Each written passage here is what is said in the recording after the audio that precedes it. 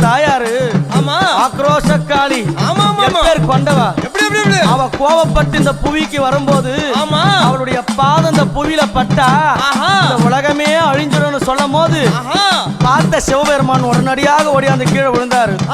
அவளுடைய திருமேனியான பாதம் சிவனுடைய மேல படணும். அவன் கோபம் தெளினு கீழே இருக்கிற கணவனும் தெரிஞ்சு கூட எங்க அம்மா அவ கட்டி நல்ல